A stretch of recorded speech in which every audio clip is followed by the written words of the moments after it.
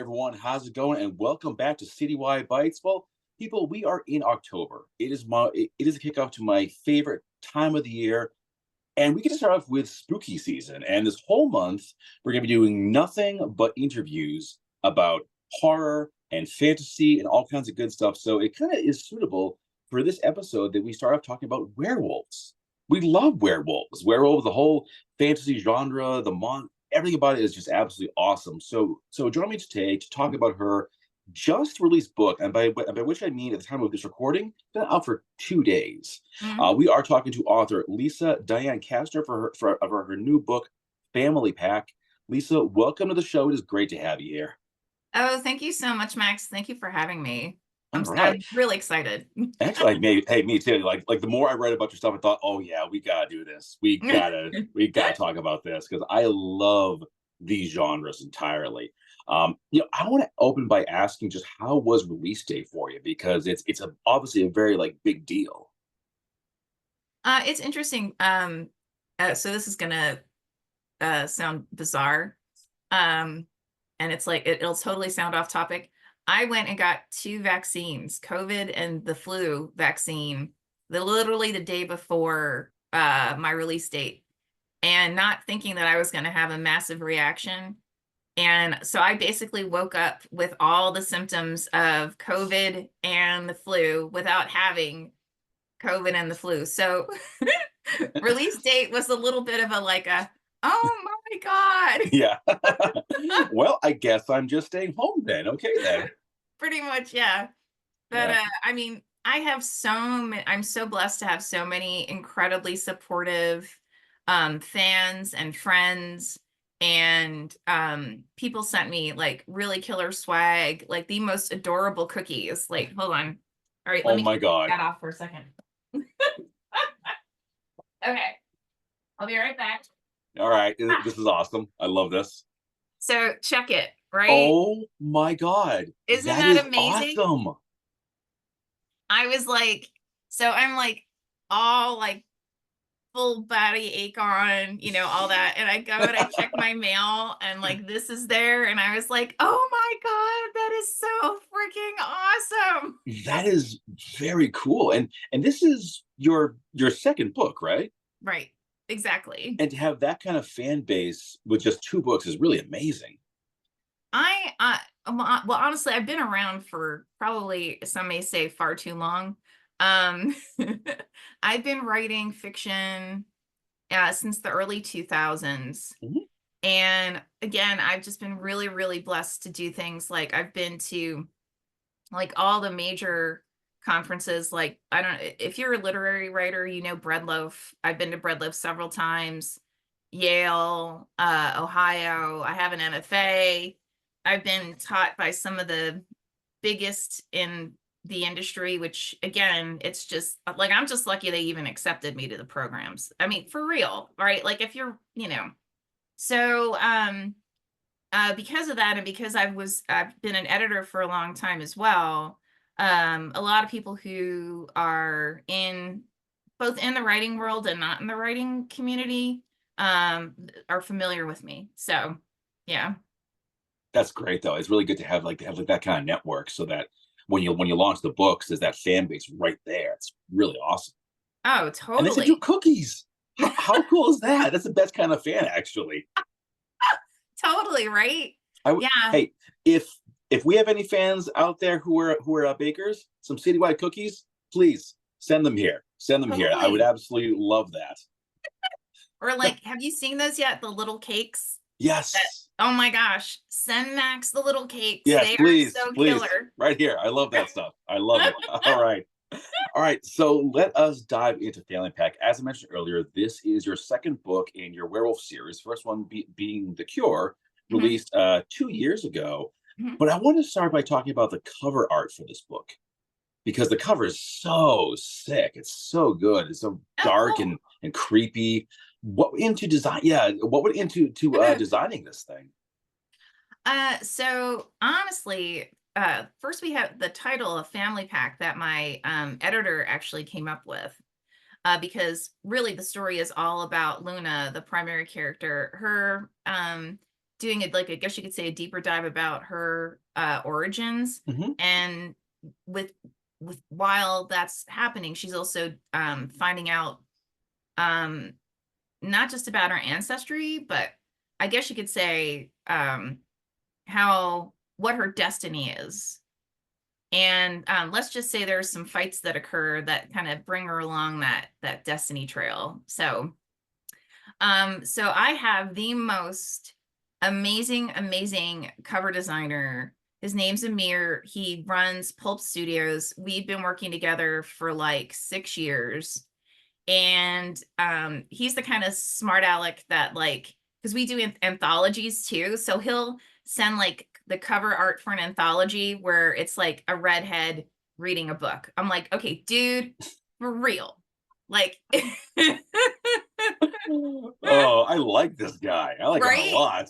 So as soon as he heard Family Pack, because we worked a lot on Cure, on the cover for Cure, and like let him know that, you know, that it's almost like an origin story, and that she comes from like a multi-generational or not generational a multiple um uh background, but you know, Hmm. she didn't know what her origins were, right? Hmm. So she couldn't have like your default um features that would typically be found in like a werewolf story, right? And so he kind of brought that forward, and with took the concept of it being an origin story, of it being about someone really discovering their ancestry and what they were meant to become, and just exploding it so that like she's the center of the actual pack. So yeah, I agree. This is sick. I mean, it is crazy. Yeah, amazing. I'm curious as to what Amir's did Amir do a more like jokey cover for you? I wish he did. I know. Now that I would expect that now, actually. mhm. Now that I say that, watch. Like I'll wake up Yep. tomorrow morning and it'll be in my inbox, and he'll be like, Yep. "Well, you said it, so it's on you." Exactly. Exactly. Well, you know what you can do is you can use that one for the re-release now. Right? Yeah, when you eventually Totally. come out with like the collector's edition, it can be with the jokey cover by Amir. Exactly. Oh Yeah, my God, that would you be save that stuff. hilarious. Yeah. Right? Yeah. One thing about like book covers is there are some that I feel, in my opinion, are what I call poster worthy. Like I want to print this thing up, put it on the Mm, wall because it's so awesome. And this definitely falls into that category. It really, like you said, really sums up the story, mm, which we're going to get into right now. So we talked a bit about Luna. She is your main character, and in The Cure, Luna deals with a lot, shall we say. Her brother dies very suddenly, mhm. and traveling to Sweden to learn about just what happened to him, she learns that they are direct descendants of a legendary female Viking warrior named Burke. Am I right there? I think it's Burka, but I could be wrong. Burka. My So apologies. My no, no, apologies. all good. um, and on top of that is also a werewolf, Hmm. like you do. Um, so certainly a lot to kind of like cope with. How does she adapt to all these changes in her life? Oh my gosh, it's so freaking hard. I mean, you know, it's interesting because at first she figured, well, like, oh my God, my brother, she thought her brother committed suicide, realized later he had been murdered, right? So, first getting through that. And then, she for her backstory is like she was a baker, and she has this intuitive way of interacting with people where she'll look at you and go, oh, okay, you're a lemon cake with strawberry icing, right? And the person's like, holy crap, how does she know this, right? Like, this is insane. And so she always figured, all right, well, I'm just going to be like a custom baker my whole life. All good. I love my life, right? I do Friday nights with my boyfriend, and we do make pizza at home and watch, old horror movies on cable, right? I say cable and I'm like, wait, does cable still exist? Sorry. It's Anyway, all a thing. It's all a thing. okay. So, she's thinking that's it, right? That's what her life is going to be, and she's totally down with that. So to go from that, and then all of a sudden, her brother's gone, who's really the only ancestor at that point that she knows of, right? Meaning like a blood relative. To go from that to all of a sudden, oh yeah, congratulations. By the way, the shaking he was experiencing, that was the beginning of his transition to a werewolf. And you're probably going to get it too, right? It's it's Have like a safe flight. It's like have a safe flight back. right, exactly, yeah. It's like this is like you being a teenager and Oh going through God. that like growth stage. Yeah, congratulations, you're going to go through this, but as a werewolf, right? So it, and she's just really lucky that she has an incredibly supportive boyfriend that she's been with for like since junior high, incredibly supportive adoptive parents, incredibly supportive people that she works for. And I really think, honestly, if she didn't have them, have her back, and she had theirs, I don't think she would have been able to handle it. Mm-hmm. Right. And she's also lucky in that she, part of what her brother leaves her is access to this library that, to those outside of that world, it's a library for Vikings. But in reality, it's a library that tracks the history of Viking werewolves and the different bloodlines that exist and how they became what they are and so on. So he hooks her up even in his passing with the gentleman who's basically runs that entire library.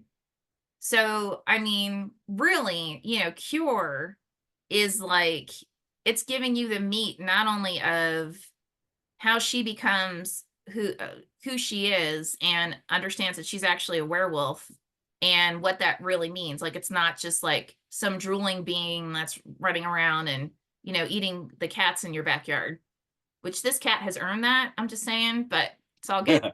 Yes. And we have to take a quick break here and talk about the cat, because we have to talk about the cat, right? Who is this cat? Oh my God, amazing. So this cat is Margarita, and the second, and I always call her Rita, the second she hears me talking, it's like, oh, no, you are not allowed to talk to anybody else. It is me. And so suddenly she'll appear on my lap. And then if it's like, oh, I'm bored with you, then she jets, right? So she may jet soon because I'm clearly not paying enough attention to her, but yeah. Of course, yeah, of course, yeah. It's all about the cat. Let's talk about the story of Family Pack, because in this one, Luna is caught between a conflict between two very different groups. You have the Lycanthrope Society, which believes humans and lycanthropes should exist in harmony, Mhm. and the Righteous Group, which believes lycanthropes are intended to basically rule the world. Mhm. I'm curious as to the role of these two groups through the story and how Luna is kind of caught in the middle of them. What, the basic question, like what's Luna up to in Family Pack? And really, she is basically going back and she's really doing a deep dive. She's really discovering her origins, and she's being trained on how to manage her special abilities. Because she's not just a she's not just a werewolf, she's actually a shapeshifter.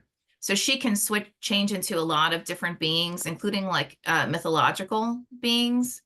So a lot of this is her being put in different situations that force her to learn how to manage those transitions.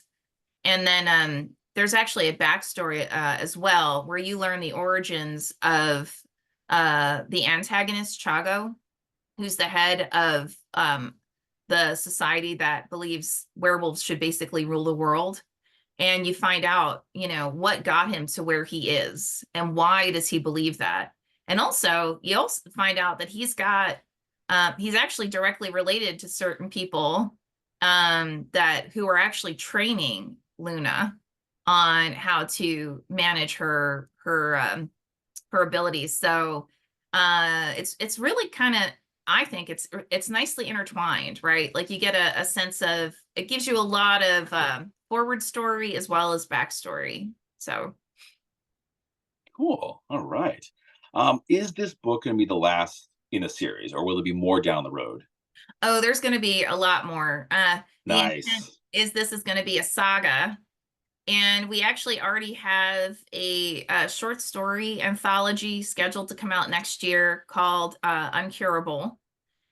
We had so many people who just loved Cure and call out there like, hey, would you like to, do you want to write a short story in this world? And they were like, oh, hell yeah.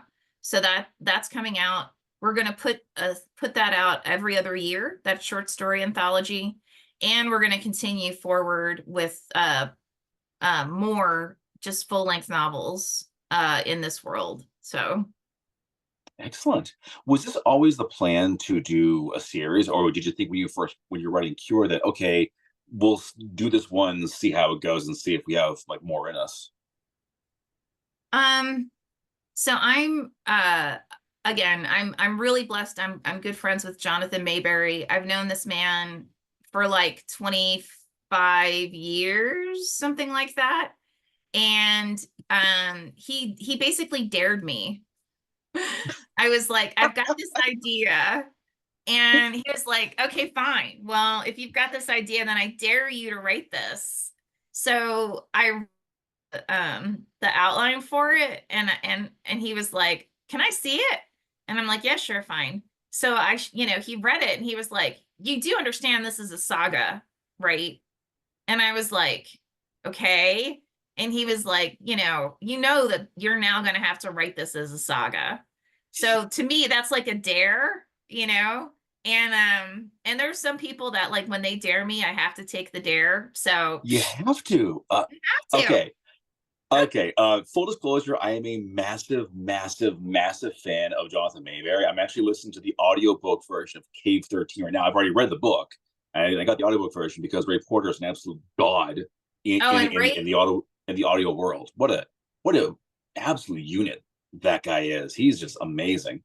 and he's a total sweetheart. So we have a monthly get together called the Writers Coffee House, and we're rebooting it in the LA area. And Ray showed up for that.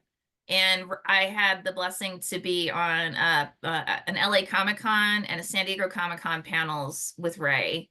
And he is just so like down to earth. So, yeah, he's just one of those people that you feel so, I want to say lucky to get to hang out with just because he's just real, you know?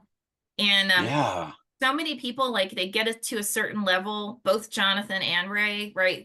They'll get to a certain level and all of a sudden, it's like, oh, you're a cute little person. Oh, pat, right on the top of your head, right? Like, oh, that's nice, go away. And neither one of them are like that, right? They're both Yeah. just humans. So it's very Yeah. cool. Yeah. And also to be so humble because I follow Jonathan Maberry and also like Reporter on Twitter. So whenever I comment, they'll always like it. I'm thinking, oh Mm, man, that's so cool. So I feel like the humbleness, despite like New York Times best-selling writer, Netflix deals, everything he sells is like millions of copies and so forth. It's like to be that human still is really big. totally. Yeah. And honestly, Ah, I think a yeah. lot of it is just because um I know Jonathan comes from really humble beginnings. And I Hmm. think a lot of times when you do come from super humble beginnings and you really had to earn it, like when you get to the point where you're like living your dream, it's like, okay, I don't want to F this up. Yeah. Yeah. Plus, I think he also started writing pretty later in life. Like I think he was um well into his 40s when he started like writing his first book. So just shows it's never too late, people. You get that dream to write a book or do music or make a movie.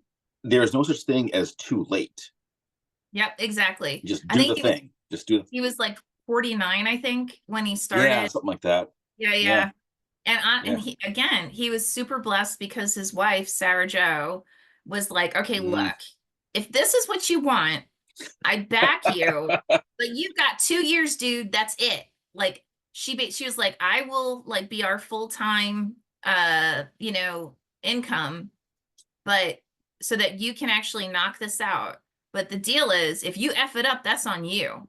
So you got 2 years, and lucky for him, at that after 2 years, the book had won a StokerCon Yep. award, right? It was selling. He was getting all these offers to write short stories and novellas and to do what's considered like a trade publication. So Hmm. writing books that are Hmm. within, like the Alien franchise, right? Yes.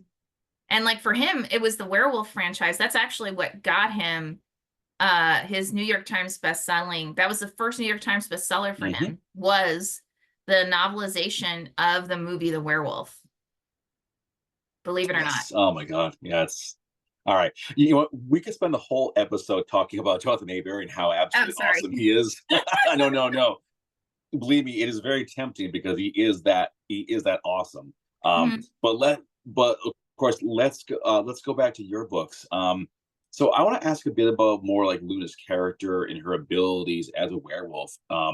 Is she kind of like the standard becomes like a giant like wolf person? Does she become a wolf? Is it something like in between the two? She actually, so her because she's a shapeshifter, her Hmm. base ability is she turns into like a full-on wolf, right? Ooh, But okay. as she like matures, so I guess you could say like as her teenhood expands, she realizes that like she can become a phoenix, she can become a bear, she can become, Oh, right? And so a lot of Family Pack is them teaching her like how do you control that, right? wow. So this is definitely takes a hard left from like werewolves. You get into a lot of other things. That's so cool. Mhm. I'm curious how this concept came about. Honestly, as I was writing Cure, I realized that and like so many writers say this, that the characters speak to you. And it was like as I was writing it, I realized like, wait a minute, like she's not just a werewolf, right? And in part she discovers this not because of her changing abilities, but when she's actually in a fight with other werewolves, and she realizes like some of these guys, they can turn into some really vicious, creatures. And it's like, oh, okay. And how she discovers she can do it is because Chago, and I can tell you guys this because Cure's been out for a while. Um, she's in a fight with Chago, and he wants to see what her abilities are. And because he's not immortal. Let's just say his lifespan though is really, really, really long, right? um, he is able to force her to change into different beings. So, because he can do that, that's how he discovers, and she discovers as well, that she does have the ability to shapeshift into multiple beings. And that's actually part of the fight at the end of the book. So that kind of takes you into Family Pack, where it's like, wait a minute, now what does she Mhm. do, right? She can do all this stuff, but how does she how does she control it? What does this mean to her, right? What does this really mean for not just her life but everybody around her, if that makes sense? It does, yeah. Does Luna find this new family with these new lycanthropes? Does she ever feel like, yes, this is like my family now? Honestly, she really always goes back to the people who basically raised her. Like these Hmm. are the people that she came up with. So up until so Cure and Family Pack, she has yet to find her direct ancestors. Hmm. That said, I'm currently working on the third book. So let's just say she may discover a bit more in the third book. Nice, nice. Do you see this being a very like sprawling epic that goes over the course of like many, many, many, many, many books? Or do you feel that's more of a trilogy or a five-parter? I really think it's going to be more like many, many, many books, because Nice. the more I researched werewolves and shapeshifters, the more I realized, like, oh my gosh, like Hmm. almost like every country, every ancestry has some kind of mythology that has some type of shapeshifter in it. And so, like, what if we explore that, right? And what if we make it so that it's not just it's not isolated, right? It's not that, Hmm. this being over here in Viking lore is a shapeshifter, and this being over here in like Spanish lore is a shapeshifter. But what if the reality is they're just different bloodlines of a similar type of being, if that makes sense. So It it's does. Yeah, it does. so it's kind of cool too, because you get a little bit of history out of it as well. I mean, not that the Burqa was actually a shapeshifter, but how cool would that have been? That'd be awesome to get a call from like a Viking historian saying, just so you know, this is a real person. Right? That'd be amazing. All right, well, folks, we are coming down to the end of this episode, but to wrap things up, I do want to ask about Luna. Do you feel like Luna reflects you in any way? I feel like honestly, I think like many authors, Hmm. Luna's belief system and her approach to things, a lot of it is reflective of me, and also like people I grew up with. So very much more of a all people should be equal. We should respect one another. I think a lot of her more empathetic views on things and her curiosity is reflective of again, not just me, but a lot of people that I came up with, if that, yeah. Excellent. But you can't turn on into a wolf, right? Just want to make sure about that. I don't know, man. I mean, I'm only 52. It could still happen. Exactly. It could still happen. You never know. You You never never know. know. Live that dream, folks. You live that dream, whatever it's going to be. You live that dream. Exactly. All right. Well, Lisa, thank you so much for joining me. I really appreciate this. And for the folks at home, you go to Lisa D Kastner, KASTNER.com. It's all there. Get yourself a copy of Family Pack. Buy Cure while you're at it, because continuing story. And if you are a writer, if you are someone who wants to get into the field, you should also check out runningwildpublishing.com. This is also Lisa's company. So if you're looking to break into the field, if you want advice or what have you, it's a good place to go. Totally. And So guys, we also do a weekly, sorry for interrupting. I do a no, no, weekly go. podcast called Run Wild with Us, Ask Us Anything. It's me and some of my acquisition editors. And you literally can ask us whatever you want. It can be the business of publishing, craft, it could be whatever the heck you want. And we actually get a pretty good turnout. So join us. It's a good Nice. time. Mhm. Okay. Where do folks go to listen to that? They can go on Facebook, Twitter, Instagram, LinkedIn, YouTube. Just Google search on Running Wild, and it should come up with our page, and you can just sign up there. Excellent. All right. Well, Lisa, thank you again. Really appreciate it. Definitely looking forward to checking out Family Pack and Cure. And hopefully we'll be talking soon for the next book in the series. Oh, thank you so much, Max. This has been an absolute blast. Totally, totally. Thank you so much. You're very welcome. And for the folks at home, thank you once again for checking us out. Certainly follow the socials, Facebook, Citywide Blackout, Twitter, Instagram, Citywide Max. If you want to be on the show, it's Citywide Max at yahoo.com. We'll see you all next time.